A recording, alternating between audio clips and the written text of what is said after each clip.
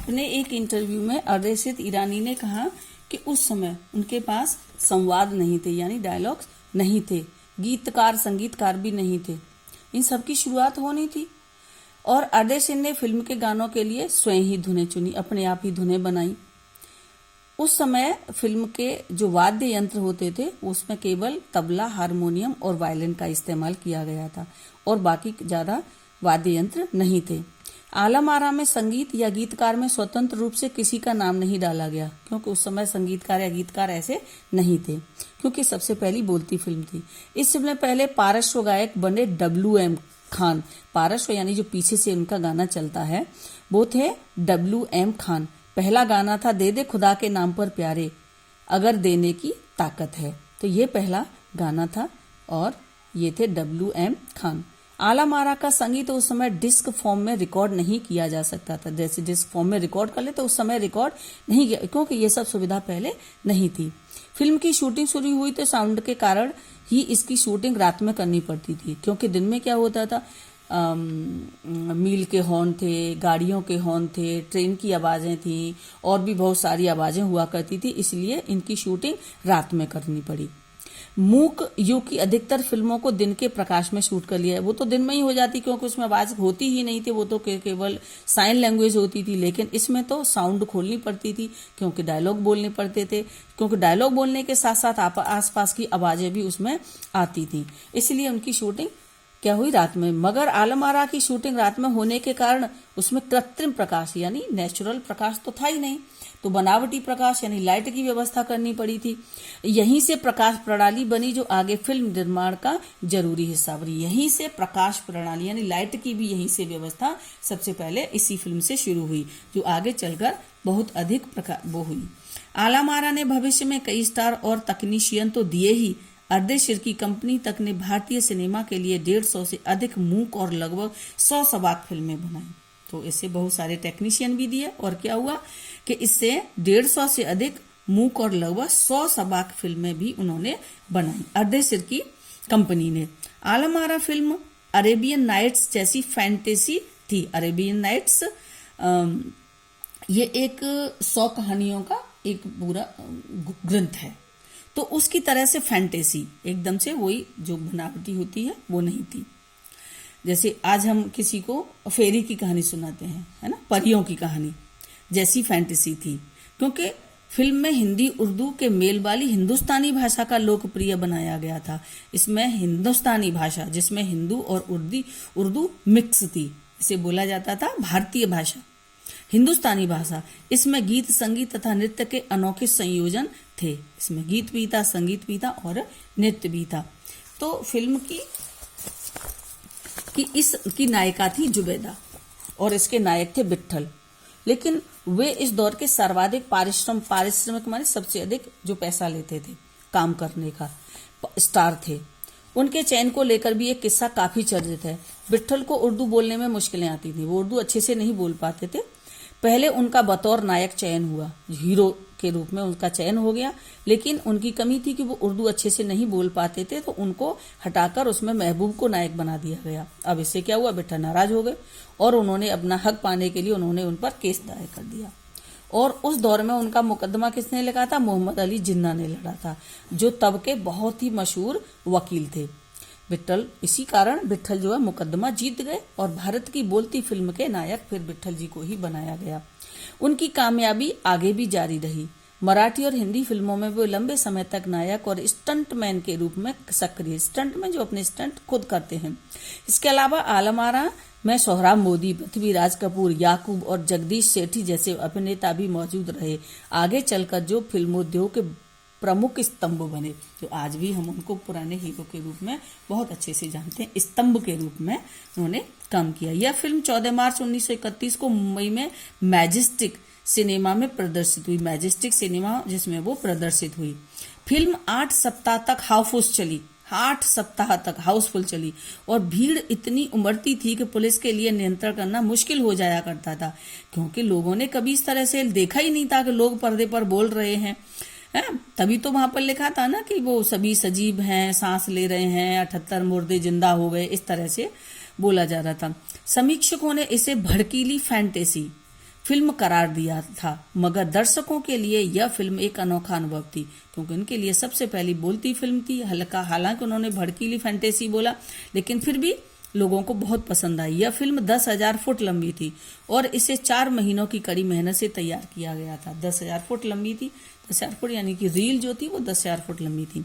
सबाक फिल्मों के लिए पौराणिक कथाओं, पारसी रंगमंच के नाटकों, अरबी प्रेम कथाओं के विषय के रूप में चुना गया था। तो ये इनके विषय वस्तु थे, पौराणिक कथाएं, पारसी के रंगमंच के नाटक और अरब की प्रेम कथाएं, रोमांटिक कहानियां। इनके अलावा कई सामाजिक विषयों वाली फिल्में भी बनी, समाज से संबंधित नैतिकता की बातों वाली भी बनी। ऐसी एक फिल्म थी खुदा की शान। इसमें एक किरदार महात्मा गांधी जैसा था। जो खुदा की ये शान, तो किरदार महात्मा गांधी जैसा था। इसके कारण सबाक सिनेमा को ब्रिटिश प्रशासकों की तीखी नजर का सामना करना पड़ा। अब ब्रिटिश शासकों को लगा कि शायद ये गांधी जी को इसमें दिखाकर लोगों को इनका वो एक तरह से ऐड कर रहे हैं, तो इसलिए उसका भी सामना उनको करना पड़ा। सबाक सिनेमा के नए दौर की शुरुआत कराने वाले निर्माता निर्देशक अर्देशीर इतने विनम्र थे कि 1956 में आलम आरा के प्रदर्शन के 25 वर्ष पूरे होने पर उन्हें सम्मानित किया गया, क्योंकि सबसे पहली फिल्म थी। 25 वर्ष बाद उनकी सिल्वर जुबली के टाइप से उनको सम्मान दिया गया, तो उन्हें भारतीय सबाक फिल्म का पिता ये उनको बताया गया कि ये भारतीय सबाक यानी बोलती फिल्म के पिता, जनक, क्योंकि उन्होंने इनकी शुरुआत की थी। पिता कहा गया तो उन्होंने उस मौके पर कहा था, मुझे इतना बड़ा खिताब देने की जरूरत नहीं है, मैंने तो देश के लिए अपने हिस्से का जरूरी योगदान दिया है। उन्होंने ये कहा था कि ये मेरा कर्तव्य था, ये देश के लिए मेरा काम था, तो ये तो मैंने क्या किया, अपने देश के लिए अपना जरूरी योगदान दिया है।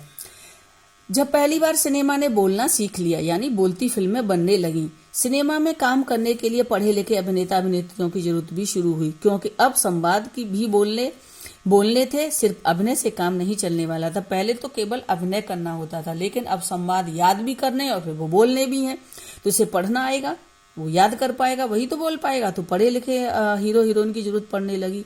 मूक फिल्मों के दौर में तो पहलवान जैसे शरीर वाले, स्टंट करने वाले और उछल कूद करने वाले अभिनेताओं से काम चल जाया करता था, लेकिन अब ऐसा नहीं था। अब उन्हें संवाद बोलना था और गायन की प्रतिभा भी की कद्र होने लगी थी, क्योंकि जिन हीरो हीरोइन के लिए ये आवश्यक हो गया था कि उन्हें थोड़ा गाना आना चाहिए और नाचना भी उनको आना चाहिए। इसलिए आलम आरा के बाद आरंभिक सबाक दौर की फिल्मों में कई गायक अभिनेता बड़े पर्दे पर नजर आने लगे, कि जो गायक अभिनेता थे, जो गा भी लेते थे, उनको हीरो का काम मिला और वो बड़े पर्दे पर दिखाई देने लगे। नहीं तो पहले वो सिर्फ गाना गाते थे, उन्हें लोग जानते ही नहीं थे।